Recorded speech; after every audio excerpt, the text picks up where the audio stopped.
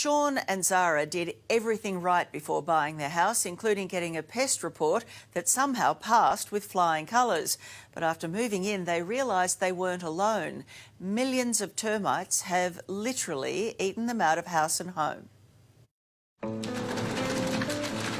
It's completely turned our life upside down. This is our life we put in here. This is all the money we have. And more, because we're still paying a mortgage for a house we can't live in. I've never seen a whole house with every room with structural defects. Escape the hustle and bustle of everyday life when you come home to your hidden gem. It might have been sold as a hidden gem, but the only thing hiding here was an army of termites. That is crazy. Wow. Look at them coming in and out outside the sockets. Sounds like a horror movie. It was. I said, that can't be real. This is out of control. Just 3 months after Zara Sarsen moved in, she went to charge her phone in the bathroom, and this is what she found: a nest of termites in the wall. They've eaten pretty much our entire 2 bathrooms. And pretty much the house.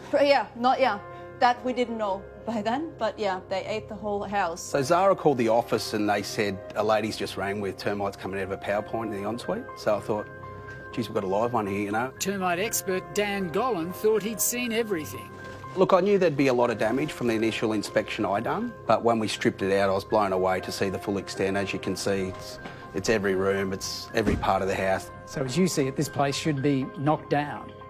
Yeah, it's a hard one to rebuild this. I think it's to the stage of demolish and rebuild. That's the only way out I can see at this stage. Sean looked at the area for over a year to just find the perfect place for us to live and to raise our children. With 2 young children and a third on the way, this disaster is the last thing Sean and Zara Sarsen need. And they're angry because they did the right thing. They hired a building inspector to look over the property before buying it for $660,000. He looked us in the eyes afterwards, looked at me and my wife in the eyes and nodded his head and said, yeah, good solid house, guys. Like a couple of little things that you'd expect, but nothing, you know. No mention of termites. No, he said you can't go wrong with this. And here it is. The Building and Pest Inspection report says no visible evidence of active termites was found, and no visible evidence of termite activity or damage was found. You wouldn't find to this extent, but you would have found signs for sure and found damage in multiple areas, which I found within 5 minutes of being here. So it does amaze me that nothing was picked up and it was pretty much given the all clear as a structurally sound house at the time. It blows me away.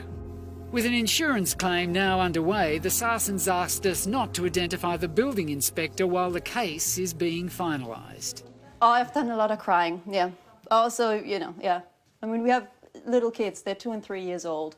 And just finding out that we had them living here. We now find out that it wasn't even safe to be in here. There are holes in the major beams that are that size. Not long after Sean and Zara found their home was riddled with termites, they just happened to meet someone who'd looked at buying this place a month before they did. He tells them he got 2 building and pest inspections done on the property and both found evidence of termites, and that, he says, is why he didn't buy it. He also says he passed these reports on to the real estate agent. Were you aware there were termites here when you sold the property to them, Anthony? No. You were? No, and I've mentioned that several times. We spoke to the agent, Anthony Broomhall, who points out under Queensland law he isn't obliged to tell prospective buyers about possible issues with a house. I'm actually under no obligation to disclose the results of someone else's privately paid for building and pest. Mr Broomhall says the only time he'd say something is if live termites are found.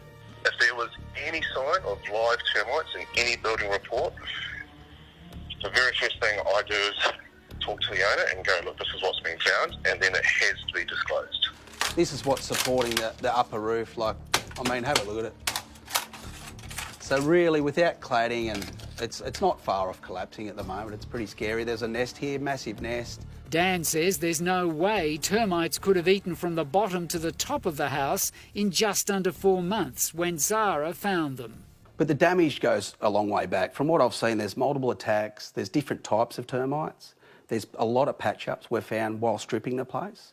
So it's pretty sad to see that anything like this gets covered up. I'd lived there for a long time and we didn't have no dramas with it like that. We tracked down the former owner of the house, Stan Grzelewski, who now lives in outback Queensland.